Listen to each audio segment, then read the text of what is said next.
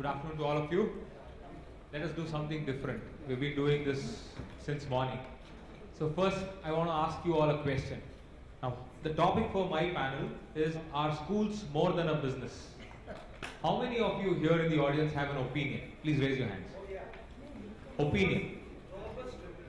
Okay, that's good. Because we as panelists definitely have some opinions. We will be sharing our opinions to you, but then we would like to hear from you as well. Because this topic, the minute I saw it, it was like asking, is parenting more than a job? I mean, we have the obvious answer. So what we will do here is we will do it a little differently, where my panelists are going to present their point of view in no whatever order as such, but then they will be starting and they'll be speaking about their opinions, and then we will open it up for the audience where you can ask a question, but then please limit it to one question only there, so that the next panelist can immediately take over and take it forward from there. Is that doable? Okay, so I will request.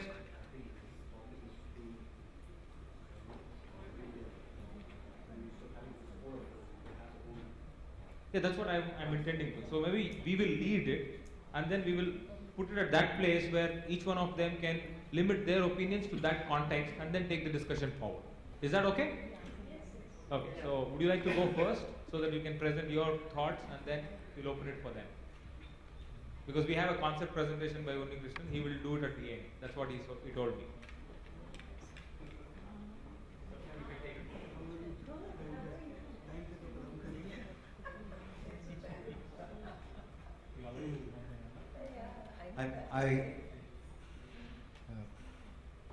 I'm vacuous actually.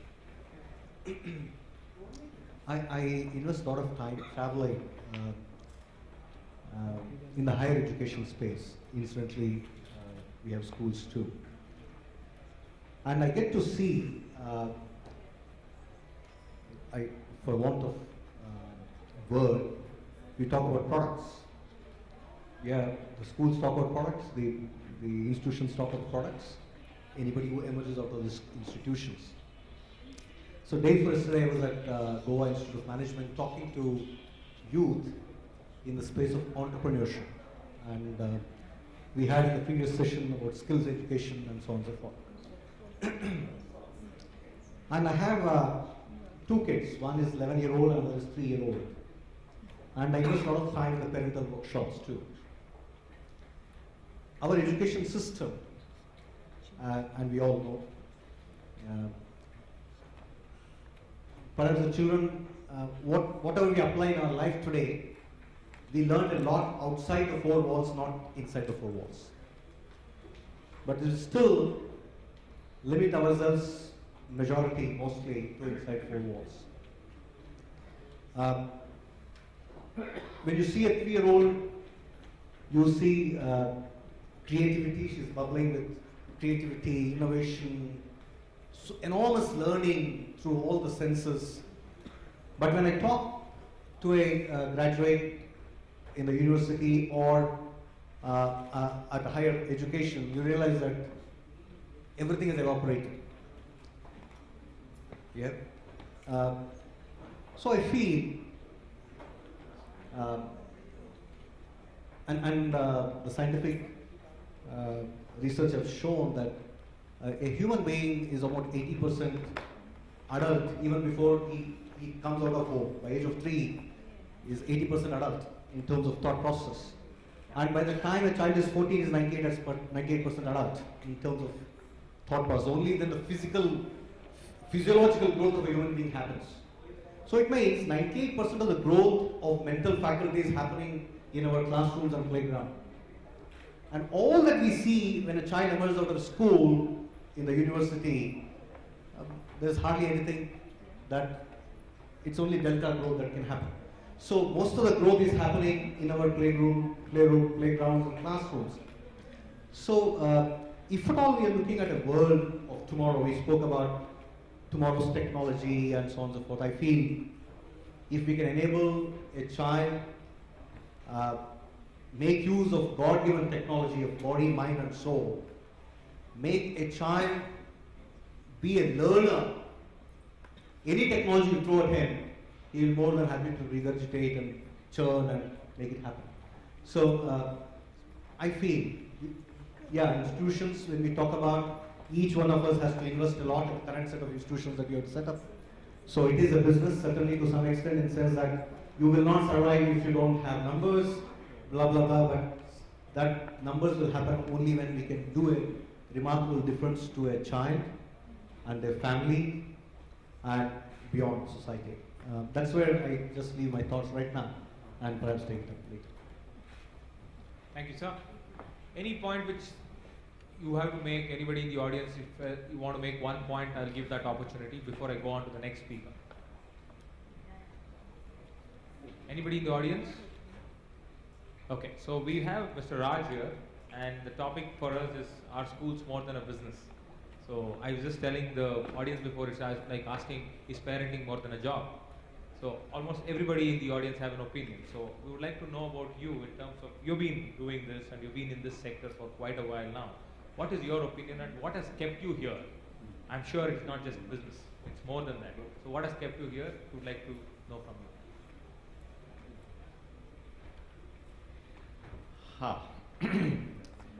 First of all, I think I do not subscribe to the view that education is business.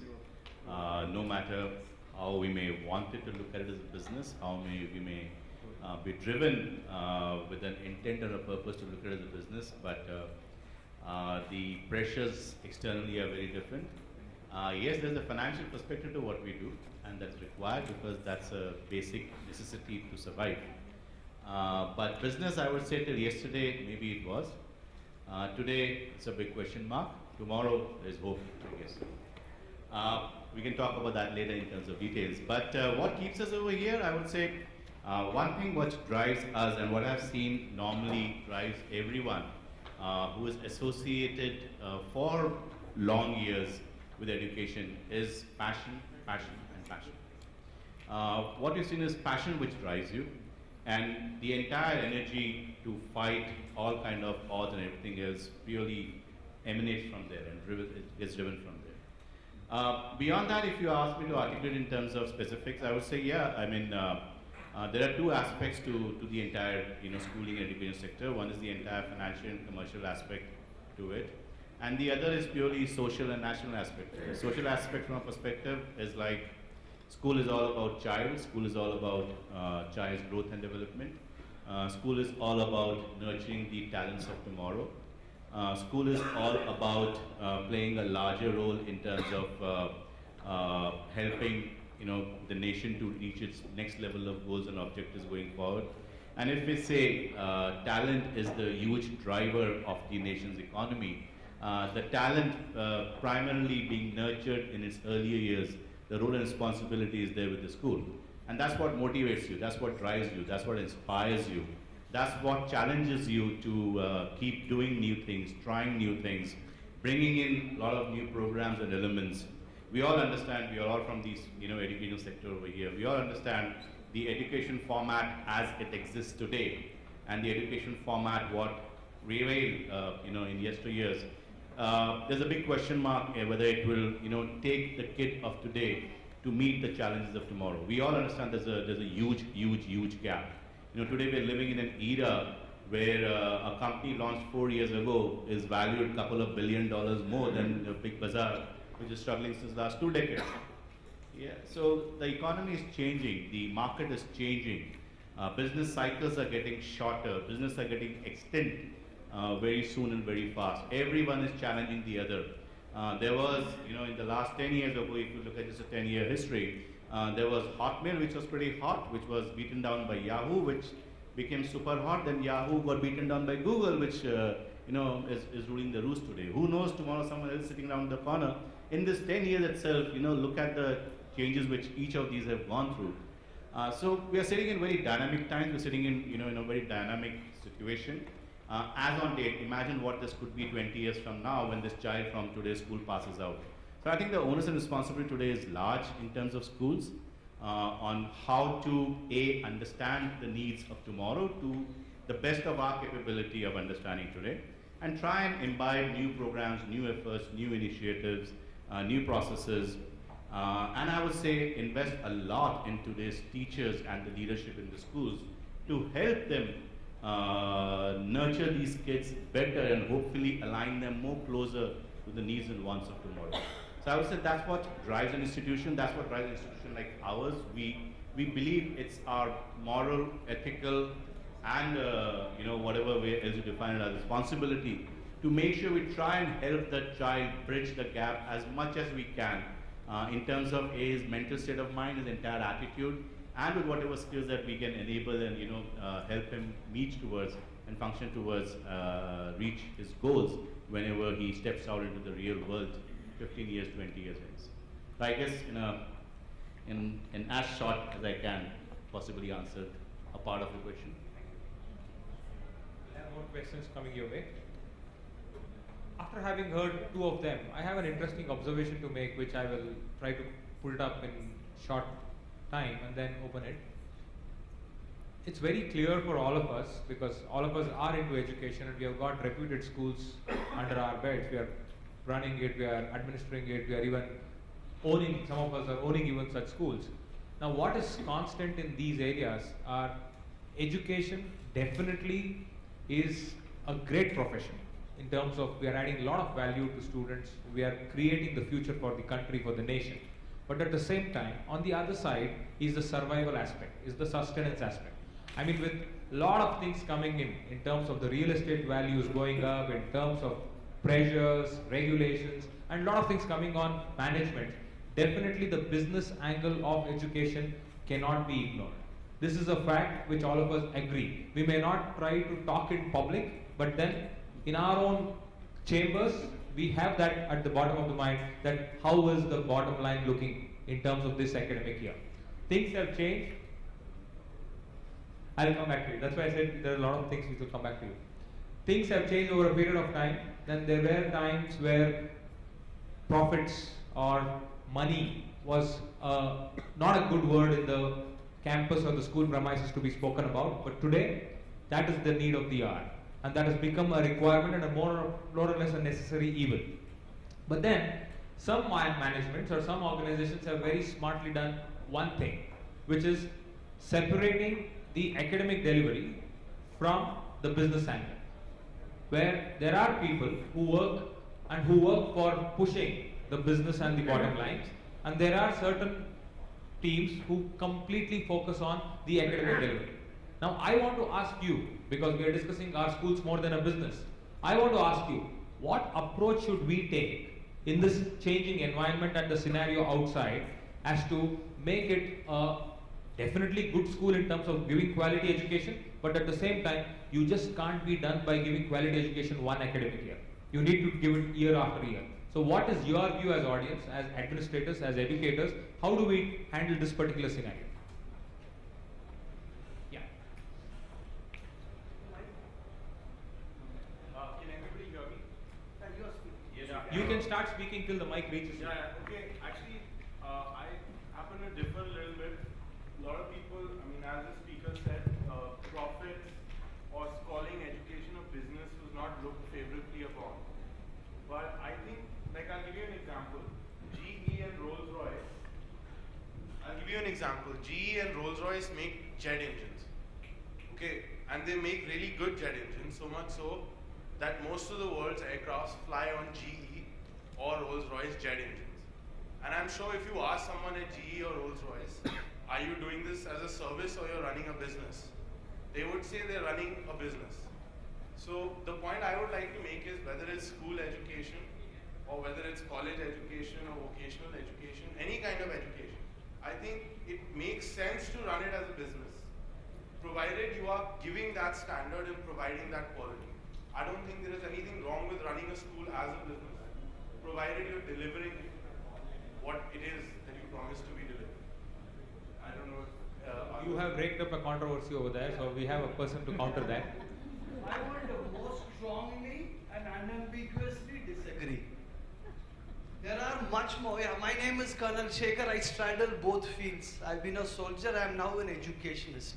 Two people always kept on a pedestal, not given respect. So I look at it in a very different context. Soldiers gave it for the country, mar jao, sab kuch karna hai. But when it comes to one rank, one pension, oh, we don't have the money, the bureaucrats. Same is the case with teachers. Guru Purnima, September 5th, wow, Radha Krishnan ke baad aap hi kaam kar rahe ho. 6th pay commission, good afternoon, where do we have the money?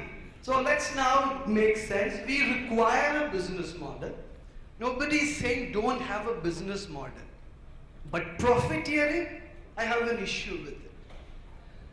The aims of education, if it's fully aligned with business, we have an issue with, in the sense that education in the context we look at is much more to do with making him a good citizen rather than only giving him a good resume. We are being prescriptive when, allow me to complete, so you made a point.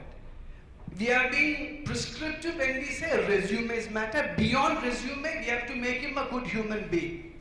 As all the panelists sitting there, many of them are into the business. In the armed forces, where I was a principal, I wouldn't have to care where the next paisa comes from. The government of India gave me the money. Here, I will have to look at each paisa, whether the money comes from, because the parents are giving it. So there is reason for looking at it in terms of what the profiteering is. However, world over, if the private sector completely takes over education as a for-profit thing, you will have only schools in urban, moneyed India, and rural India will be totally neglected. So I fundamentally disagree with this prescription. Thank you. Okay, we'll stop there. We'll come back to you. Yeah, there will always be a very hot debate on this, and today if we divide this group into two, there will be one side very passionately saying that academics cannot do business, and the other side who actually run it may come and say like, oh my God, if there is no business, there is no survival, so how do I run it? Yeah? How do I even meet my social and national goal? I'll just give certain insights, and I'm sure most of you are aware, but also when I interact one-on-one, I realize many being from the industry actually are not aware about the facts of what's really ailing the people at the apex level. More so the newer institutions coming in, more so setting up newer colleges, newer schools. Sorry, I'm sorry about that. Yeah. Just to give you a fair perspective, first of all, and I talk both the sides to this, like for business and against business, in a snapshot or whatever I can. First of all, what is business? Business is something which runs in a free economy, which runs in a free market. Education as a segment is not allowed to run in a free market. It has a lot of limitations, controls, including an aspect like, you cannot charge the fees you want, you cannot increase the fees you want. I mean, a couple of weeks ago, I had a call from a TOI reporter, Times of India reporter, saying that, you guys are increasing fees, X, Y, Z, da, da, da, da, da. You guys are A, B, C, D, everything else except hugs. So the point over here is, my only question to her was that, listen, I live on the same planet that you live on. I live in the same country that you live in. You are impacted by inflation as much as I am impacted by inflation. And every industry is a victim of inflation today, of a minimum 10%, so the government figures claim, but we all know the real inflation is much higher than that. If institutions and every other business or every other enterprise, let's use the word that way, is allowed to increase the price to meet their rising costs, education also has a rising cost. Schools also have a rising cost. And where do we make the ends meet? We can't go with the begging bowl. Ultimately, everyone goes back to his customers. Point one. Point two is the challenge comes up, okay, but your schools are high price, X, Y, Z, B, B, B, B. And, so for example, in our case, it comes though your schools are, all at 1 lakh plus range. I said, yeah, 1 lakh sounds like a big figure, but it is 8,000 a month, less than possibly what you pay to your driver a month. Yeah, what you pay to your, schools to provide an 8 to 10 hour service, right from, being a surrogate mother in every aspect. The fact of the matter is you're paying 8,000 a month. And in the 8,000 a month, you want food, you want books, you want uniforms, you want sports, you want other activities, you want field trips, you want air-conditioned environment, you want 20 kids to a class, you want educated teacher, you want an XYZ 5-star hotel kind of hospitality and housekeeping in the entire premises. Not done. Yeah. So there are pressures of a different kind in running an institution, the way we talk about. And let's talk about some other aspects of it. In today's market, schools of yesteryears was different. In today's market, to set up a new school, it takes a minimum of 20 to 100 crores. Anyway, in this country. If you can do under that, hats off to you. Point one. Point two is, it's a minimum 7-year to 10-year payback period. Yeah? 7 to 10 years. What did I tell you before I started? I was a bit sarcastic. Yeah? Sarcastic in the tone like today, yeah, someone launches a company 4 years ago and it becomes $1 billion company. That's the market we are living in. In this scenario, in this fast changing market dynamics, there are no long business cycles. Everything is a short business cycle. No one has a horizon today of a 10 year and 20 years. No one knows whether you and I will still survive or exist or XYZ. And in that context, today schooling is a long gestation project. 20 to 100 crores. That too 7 to 10 years it takes. Point three. The success rate of schools today is 2 out of 5. Every 5 schools that I launch, I have to go in my planning, assuming 3 of them will either, financially not be ever viable, or they may take 15 years to be viable. Yeah. So we need to provide for, those kinds of risks also in whatever we do. The scenarios today, the hard reality out there is very, very different. It's very, very challenging. And of course, we all understand, we are over here not to, we've got to be very clear what our core goal is. Our core goal is the child. Our core goal is learning outcome. Our core goal is meeting the bridging the today and tomorrow in terms of skills and attitude development of the child. But for that, the basic thing is I need to survive, I need to exist. Like today when you go to war, there was a mantra a long time ago, let's die for the nation. Today the mantra is let's live for the nation. What do the nation get if you die? Nothing. Yeah? So be alive, live, struggle, contribute, yeah, and make things look at it. It's a different perspective. People may argue, people may debate, people may have different view. It's a different perspective. So for us today, to be able to do justice to that child which is where our entire passion and core reason for existence is, we also got to look at how do we survive. And survival today is a big challenge. And now, let me just add to the complexity of the entire thing. 7 to 10 years is without incorporating the RTE impact. If I'm bridging the RTE impact, there is no payback. At the 10th year, if I provide for 25% of the reservation, for free education or whatever that terminology is, there is no payback. This project never makes money. Yeah. And now we've reached a stage where we were still, and I keep telling, there's one way, we all, I think, come from a perspective, we have blind faith in the sector. So we take the plunge by blindfolding ourselves. So like some sense will prevail some point of time, somehow will emerge and things will happen and we go on. That's the way this country runs, yeah? And this is a big, kind of surety that God exists because this country runs despite all its odds, yeah? So it's a big reassurance from that perspective. So we all take the plunge as, school operators. We blindfold ourselves, we jump in, something will happen and we'll survive. But the problem today, what we are saying is, someone else comes in the form of, say, a state government, ties our hands. Someone else comes in the form of central government, ties my legs. Yeah? And then comes something in the form of interim budgets and interim this and interim that, where they hold us, spin us completely, blindfolded, hands tied, legs tied, now say run the race.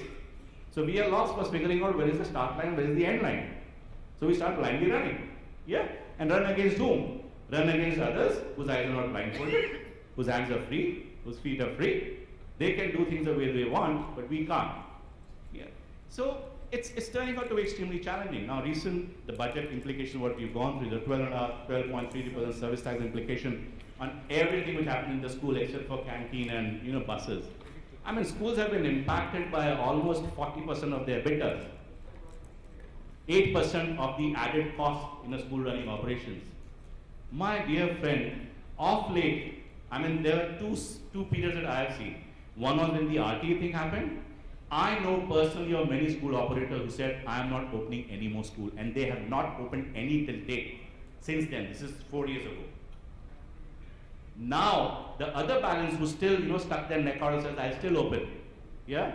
Now from last 2-4 weeks I'm talking to them, they're saying, मैं कौन सी industry में आ गया? You know, where the hell am I?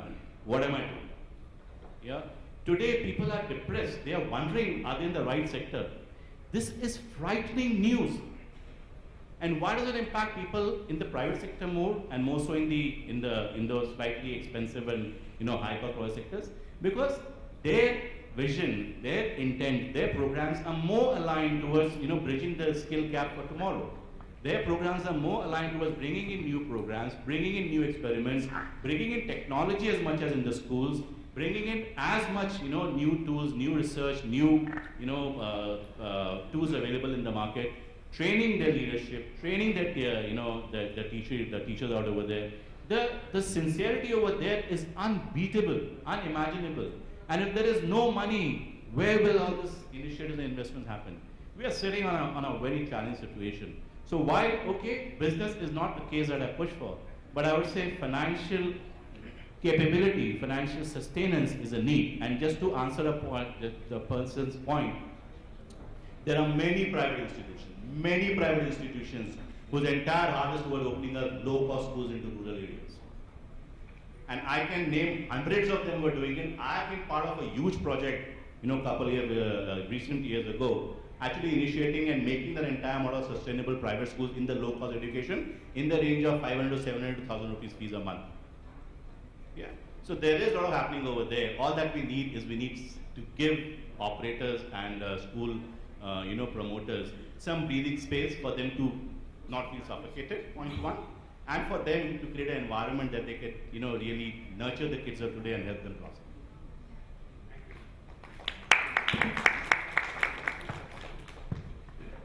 Thank you. So as we take the plunge and as the debate gets a little more heated up, let's hear from the lady on stage, Ms. Manjula from the Kellogg's Foundation.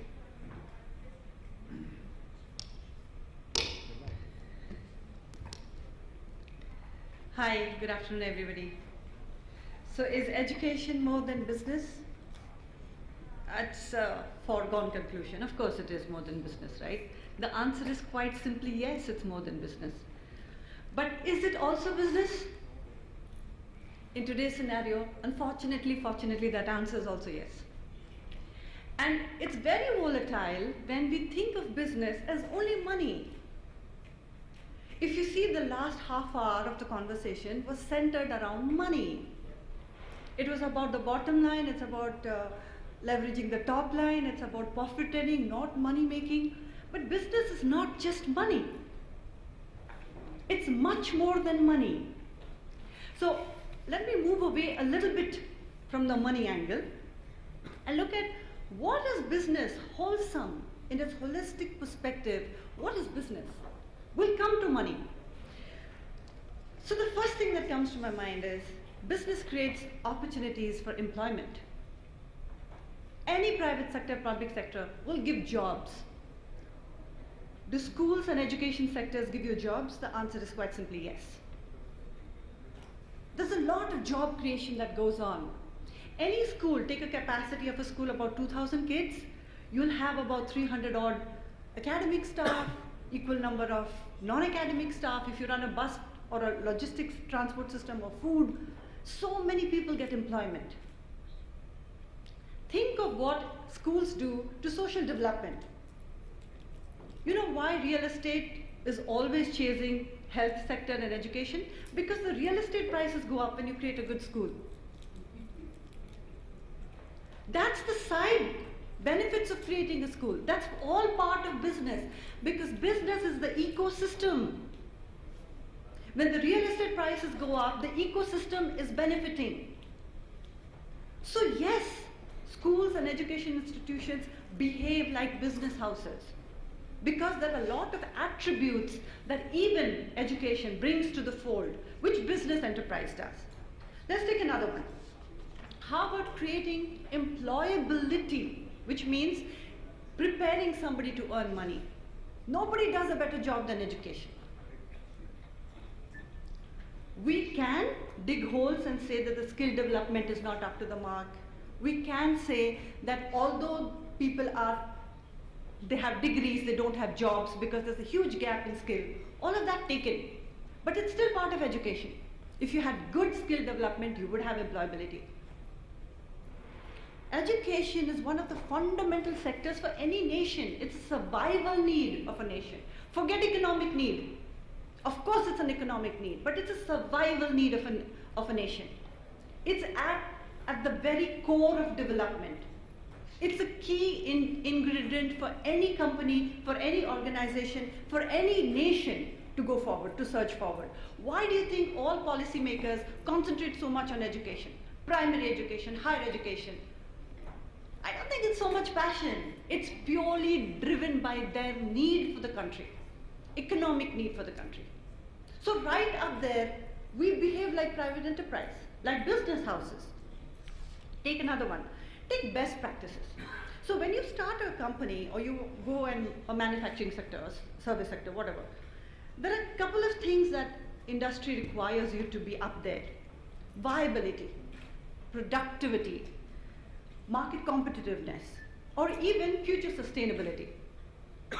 Now, can schools or education institutions escape all of these? No. Will anybody sitting here go to a market that doesn't have a viability and create a school?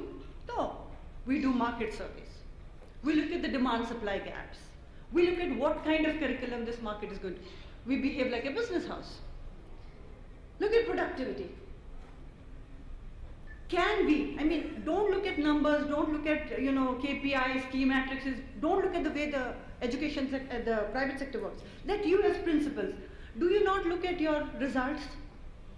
Don't you know that if you don't give good results, students will not come to your school? Productivity. Don't you know that if you're overstaffed, your school will not do well? Productivity. Efficiency. Financial people will call it productivity ratios, efficiency ratios. You're doing the same thing. You're a business house. You cannot survive if you're not lean and efficient. Let's look at market competitiveness. Raj talked about 1 lakh rupees. Can he go to a rural sector and charge 1 lakh? Can't. He will position his school in a market where he can charge 1 lakh. Market competitiveness. You charge the kind of fees where your environment will pay you. So you can't put it all in an umbrella and say that, profit earning is a bad word, so education has become private sector, it's behaving like business. No, all the attributes of business belong to the sector. Let's look at future sustainability. For future sustainability, you need innovation, and everybody knows that. And innovation can be digital or otherwise. But you also need financial strength. Name one enterprise that can sustain in the future without financial health. So it's not a wrong word, whichever way you spin it. What happens, as you know, everybody has to look at a healthy bottom line. You have to have some profit. What you do with that money determines whether you're for profit or non for profit. If you churn the money back in your business, which most enterprises do, technically you're a trust or society or whatever. The difference between an education sector and a private industry is this. Private industry has the right to make obscene amount of profit. It has the right to make criminal amount of money. And nobody will question them. They'll say the company is doing damn well. Look at the kind of valuation. What's that, Flipkart? Look, what is Flipkart doing? Look at the kind of money they're making. You know what you're saying? You're not saying they're all making obscene amount of money in 4 years. You're saying they're doing damn well. If somebody did it in education, you'll say they're thugs, to use his word. Why? Because constitutionally, school sector is a social sector with a social responsibility.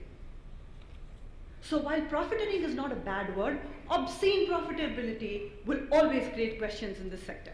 And that's because of its environmental condition and nothing else. Now let's come to all the private players that are sitting here that are sometimes people say that are they making a mess of the education sector? Let's look at historically government was doing education, like government was doing anything, anyways. Let's start from 60 years ago in independence. how many infrastructure, if you look at the roads, most of our roads were built during British times, barring the 4 roads that Atal Bihari Vajpayee built, right? The rest of the roads have been doing public-private enterprise.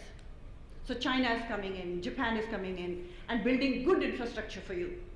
Because otherwise, if Indian people build infrastructure, they would have to build it every monsoon, because it would just not last a single monsoon. So why will Japan build your Indian roads if you don't give them money to go take back to the country? So you have to behave like a private enterprise. So there are toll gates, etc., etc., etc. Look at education, look at health. Let's look at health for a minute. Big capital of India, one institution called AIIMS. How many we've created since then? One AIIMS is sufficient for the whole country? No, 6. So now 6. Now 6 IITs, now 6 IIMs. 60 years it took us? One every decade, is it? That's the rate of growth. If we had brought in private players much before, your quality would have been ensured, you would have all kinds of institutions. So every infrastructure needs private players. Social infrastructure, schools and education institutions are social infrastructure, which needs private players because they will bring in the quality check. The market will anyway determine the pricing. So the private players are not a bad word in education. It's about striking this right balance. Thank you so much, ladies and gentlemen, for your time. Okay, so far we have heard people taking different standpoints. Some of them have told that profit is not a bad word. Some of them have told yes, there should be concern for rural India and rural places where we need to set up schools and other things. So as we move forward and keep witnessing or keep observing different standpoints, we have another interesting standpoint coming up. This is from a person who is an education service provider to the education industry, where he develops information technology softwares for an organization, for an institution. So let's hear from him. What does he perceive it as? Are schools more than a business, or less than a business? Thank you. I hope most of you were present in today morning's inauguration. Yeah. So for those who are not present here, we are the main sponsor of this event, FEDINA. You can see the logo for Radiant Technologies. Yeah. So the question, are schools more than a business? I have a ready answer. It is more than a business. Okay. Because I am the CEO of a business, the proper business. Okay. So I can understand what it is there in business and what I have observed in schools also. So what Manjula has explained is excellent about the business friendly attitude, about the ecosystem. It should be there. If you want progress, we should be business friendly. That's what we have learned, or maybe I have learned from my experience. To define business, more than money, maybe one word that we use. Okay, we are also a startup, growing startup. So how we define business is, a business is a repeatable process that makes money. All words are very, very important. I am the CEO of the company. When I come here today for the today presentation, my business should not be affected. That is a repeatable process being run there in Bangalore. A lot of my employees are giving demo. Some of them are talking to customers. So that is a repeatable process. But making money is also a very important thing. If we don't make the money, then we won't be there to support our future customers. Suppose, okay, I have got a product known as FEDINA. I give it to everyone for free. Whether I will be there to give you for the next year or 2 years after that. So we should survive. But there is one interesting trend that we have observed. There are schools from the urban area who purchases the product by paying high amount. But then there are initiatives like from Pradham Foundation, or there are a lot of initiatives happening. They take our product for free. So as a company also, we understand the actual vision, what you people are trying to achieve. So we support that. We don't charge any money for that. But for us to survive, we need the business-friendly school. The schools who are actually making money, who will pay us the money, and we will be there to make sure that our product FEDINA is the best available, and we will be constantly innovating and coming up with more features. For that to happen, we need schools who make money. We need schools who will pay us money. And based out on that money that we make or the customers that we make, we are ready to support any non-profit initiatives. and we have seen different kind of non-profit initiatives, and we have seen like there was a person from Europe. Actually, he's from Nigeria. He's working in Europe, and he's working to save money to start a school in Nigeria. So he's working. That's a vision. So whether a business is to make money, what I have observed is that people are motivated by money, power, fame, and vision. Yes, there are people who are motivated by vision alone. They don't want the money, they don't want the power, they don't want the fame. I have seen it, even in the school market, I have seen them. So these kind of people are actually doing wonderful things. I am really happy to be associated with some of them. And one more thing that I want to tell, we have reached more than 40,000 institutions, so I have data, what these people are actually demanding. You ask any school owner, whenever a school owner asks FEDINA what kind of report he needs, when we ask them, school owner, what report you need, he tell, I want to know the total fee collected today. I want the fee to be remaining to be collected. I want the number of staffs who are present today. I want the number of staffs who are absent.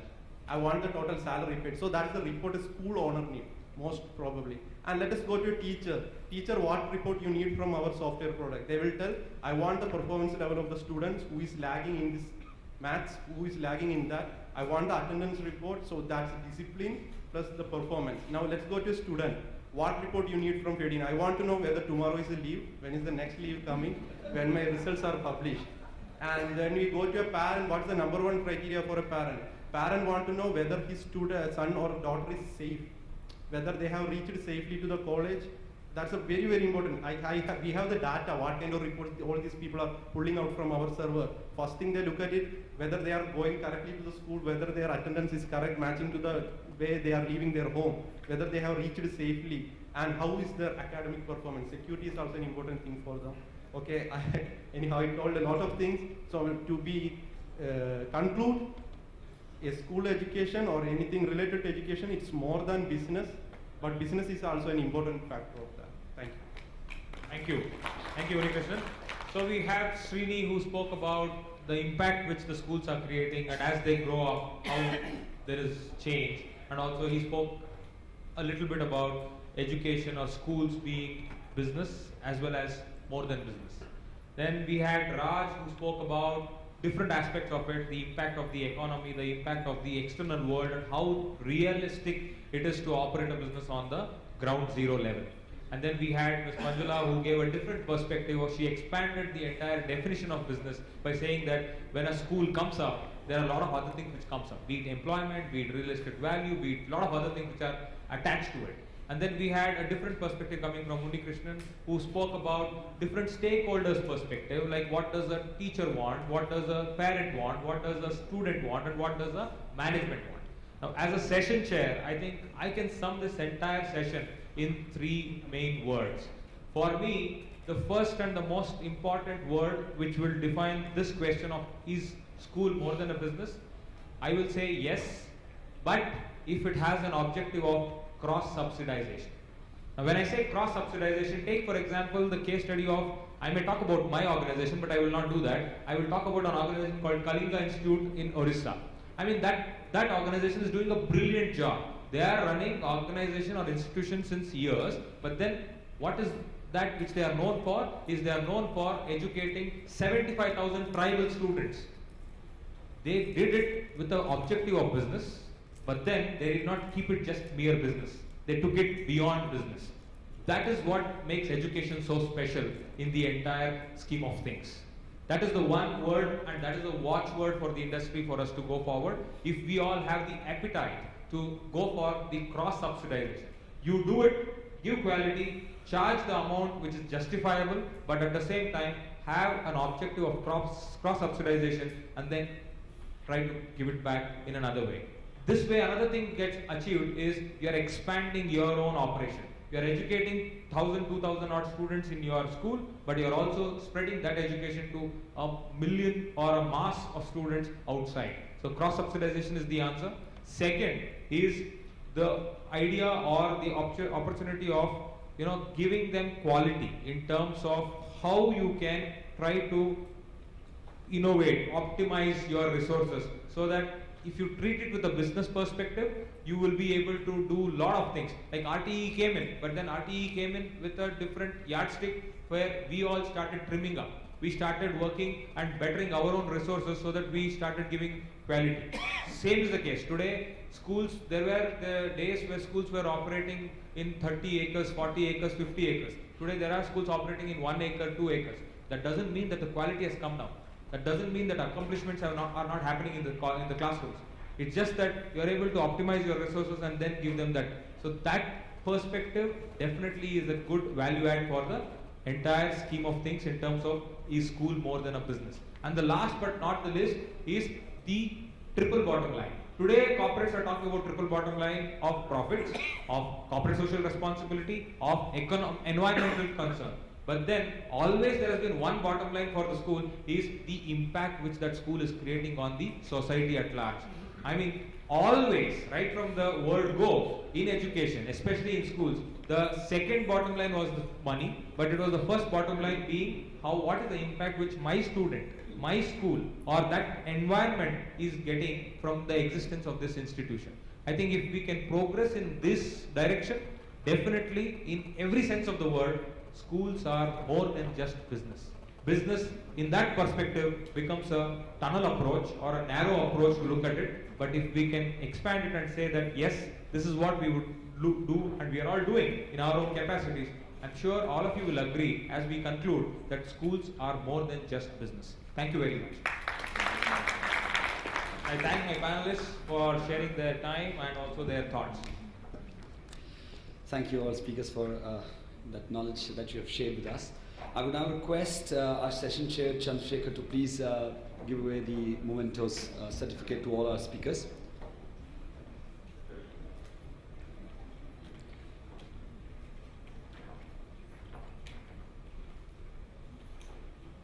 We start with Mr. Unnikrishnan Kroth, CEO, Freudian Technologies Private Limited. Just give me a moment.